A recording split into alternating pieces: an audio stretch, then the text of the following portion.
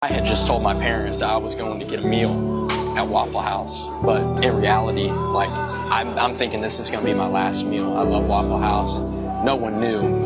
I had basically set everything up to where after Waffle House, that was going to be it, and then there would be stuff left for the people that cared about me. So I asked this random guy, I'm like, hey man, if we a party at 2, we'll get to sit down faster, I'll pay for your meal. And he was like in his mid-30s, and he was like, yeah, sure, dumping everything that he's going through. He's like, my wife's divorcing me, she's taking my kids, and she's taking all this blah blah, trying to run away from my problems one last time, and I got somebody else dumping their problems on me. Like, it was awful. That's one thing that God used to change the course of my destiny. Even about Jesus, didn't say anything about God.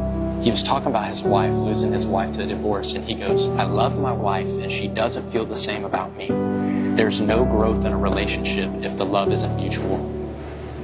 And when he said that, it was like all of time stopped. And for a split second, all of the head knowledge I had ever learned anything in Bible class, all these Bible verses I learned when I was a little kid going to vacation Bible school at church, little stuff I had heard here and there about Jesus, the real Jesus, time stopped. And like a cinematic film reel, just panning thoughts in my brain. I'm hearing Bible verse scriptures I've never even read before in my life in my brain. And I'm finally hearing the words and the affirmation that I had searched for in my addictions and in my sin cycles that left me empty every time after I did them. The one thing I had never tried was Jesus. And all I hear is that I love you.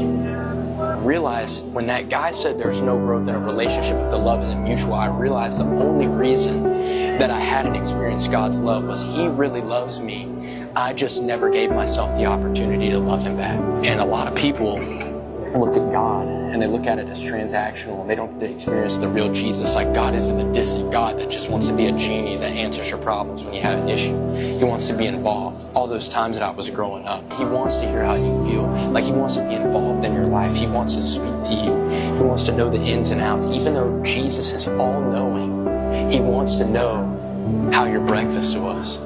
He wants you to ask Him what to wear to school that day, what to wear to work that day.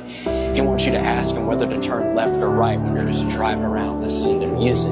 It was real relationship, not a cage of rules. I started bawling my eyes out, and this guy was freaking out because he thought he said something that offended me. And I just threw the money down on the table, my cash for the bill, and I walked out.